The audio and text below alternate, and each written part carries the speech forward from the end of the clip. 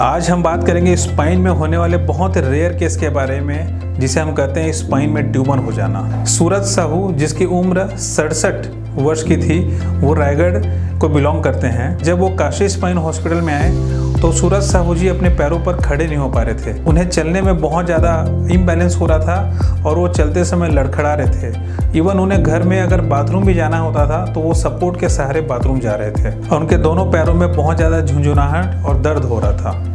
जब वे आए तो हमने उन्हें डिटेल में देखा, उनका एक्सरे कराया, एमआरआई कराया। एक्सरे और एमआरआई में पता चला कि उनकी जो पीठ की जो नस है उसमें ट्यूमर बन चुका है और वह ट्यूमर ऐसा ट्यूमर था जो नसों के अंदर से ही आ रहा था और आसपास के नसों को दबा रहा था। जब स्पाइन में कोई ट्यूमर बन जाता है तो उसे ऑपरेशन के माध्यम से निकालना बहुत ज़रूरी हो जाता है और अब जितनी जल्दी निकलवा लेंगे उतना जल्दी रिकवरी होने के चांसेस होते हैं। हमने पेशेंट की काउंसलिंग की, उनको डिटेल में समझाया कि इनके पीठ के नसों में ट्यूमर बन चुका है जिसे कि निकालना बहुत आवश्यक है। जब हमने सर्जरी के प्रोज और कॉन्स सूरज साहू जी और उनके साथ वालों से डिस्कस किया तो वो रेडी हुए।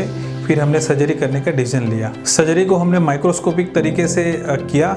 हमने माइक्रोस्कोपिक स्पाइन सर्जरी की और ये आप फोटो के माध्यम से देख सकते हैं कि उनके कमर के नसों में, उनके पीठ के नसों में दबाव था और ट्यूमर था और ये इस साइज़ का ट्यूमर उनके पीठ के नसों से निकाला गया। ऑपरेशन के अगले दिन ही मरीज को अपने पैरों पे खड़े किया गया। धीरे धीरे पेशेंट्स की रिकवरी और अच्छी होती चली गई और ये फॉलोअप में देख सकते हैं सूरज साहू जी अब इंडिपेंडेंट वॉकिंग कर रहे हैं विदाउट एनी सपोर्ट और वो कंफर्टेबली दोनों पैरों से खड़े होकर अब अपने सारे रूटीन एक्टिविटीज़ परफॉर्म कर रहे हैं। Thank you.